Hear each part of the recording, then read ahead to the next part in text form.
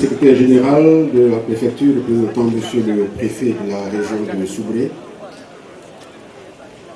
Monsieur le représentant de la marraine, révérend pasteur, honorable invité en vos rangs gradés position, l'honneur me choix au nom du mouvement des Flambeaux et Lumières de Côte d'Ivoire de vous souhaiter la cordiale bienvenue en ces lieux, lieux qui nous voient réunis pour l'ouverture de notre camp national. Alors, de quoi s'agit-il? En tant que mouvement de jeunes représentant une importante partie de la population, nous nous sommes fixés pour but chaque année de nous retrouver dans un endroit déterminé pour ensemble apprécier le travail que nous abattons durant l'année écoulée. Et depuis 2 ans, nous avons décidé de nous retrouver ici à Soubré cette année pour mettre en commun nos connaissances et apprendre les uns les autres. Je voudrais vous parler brièvement du mouvement des Flambeaux et Lumières.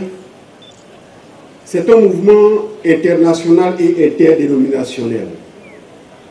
International parce qu'il existe dans plusieurs pays, interdénominationnel parce qu'il appartient à plusieurs dénominations religieuses.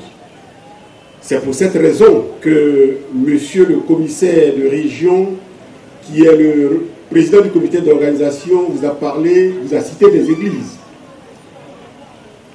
Nous voulons inviter nos pasteurs à prendre l'exemple sur le mouvement des Flambeaux et Lumières, à faire en sorte que toutes ces barrières tombent et que lorsqu'on voit un chrétien, qu'on dise que c'était l'élu du ciel, tout court.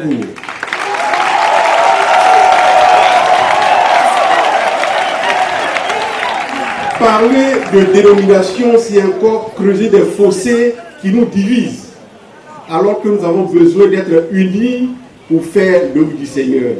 C'est pour cette raison que vous voyez, hier on était à une rencontre, on me demandait, il y a quelqu'un qui est intervenu, il a cité son église. Je lui ai dit non, ici on ne parle pas d'église, mais on parle de flambeaux et lumières, parce que nous cherchons à construire. Dieu merci, les pasteurs acceptent volontiers de laisser venir leurs éléments à nos rencontres, mais qu'ils acceptent aussi de casser les barrières pour que nous puissions être ensemble.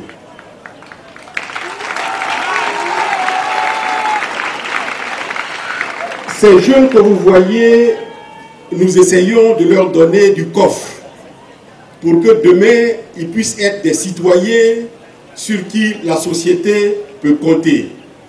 Donc notre but, c'est de former les jeunes à Christ et leur donner le nécessaire pour qu'ils puissent être des citoyens sur qui la société peut compter. Les former, c'est faire en sorte que ce soit des gens qui sont fidèles, qui accomplissent de façon fidèle les tâches qu'on leur confie. Des gens qui sont respectueux de la chose publique. Des gens qui n'attendent pas qu'on leur demande de faire avant de commencer à faire. Leur donner l'initiative. Faire en sorte que là où ils se trouvent, qu'ils apprennent à créer la richesse. Qu'on ne soit pas obligé de toujours mettre la main à la poche pour eux. Mais que ce soit des personnes qui aussi participent du développement de l'environnement dans lequel ils se trouvent. C'est ce que nous nous efforçons de faire.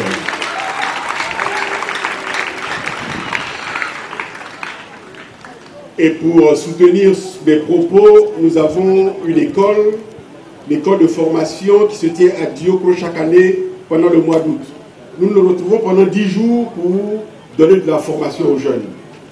À cette école, on apprend le civisme, donc apprendre à connaître son pays, ses institutions, les respecter, obéir aux autorités, que ce soit des autorités ecclésiastiques ou civiles, leur apprendre la comptabilité, les finances, leur apprendre l'électricité, la corde, enfin, tout ce qui touche du domaine du développement, de sorte que demain, ils pourront se prendre en charge.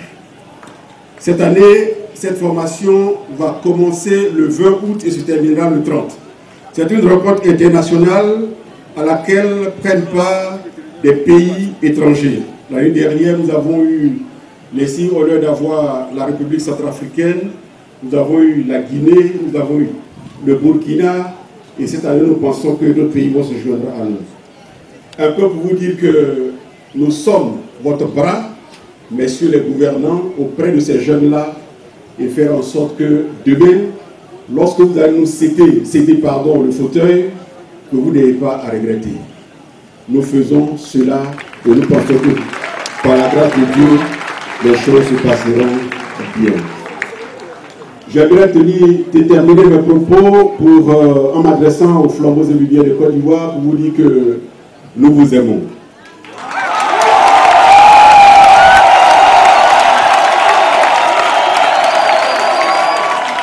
Nous vous aimons et nous pouvons tout sacrifier pour vous.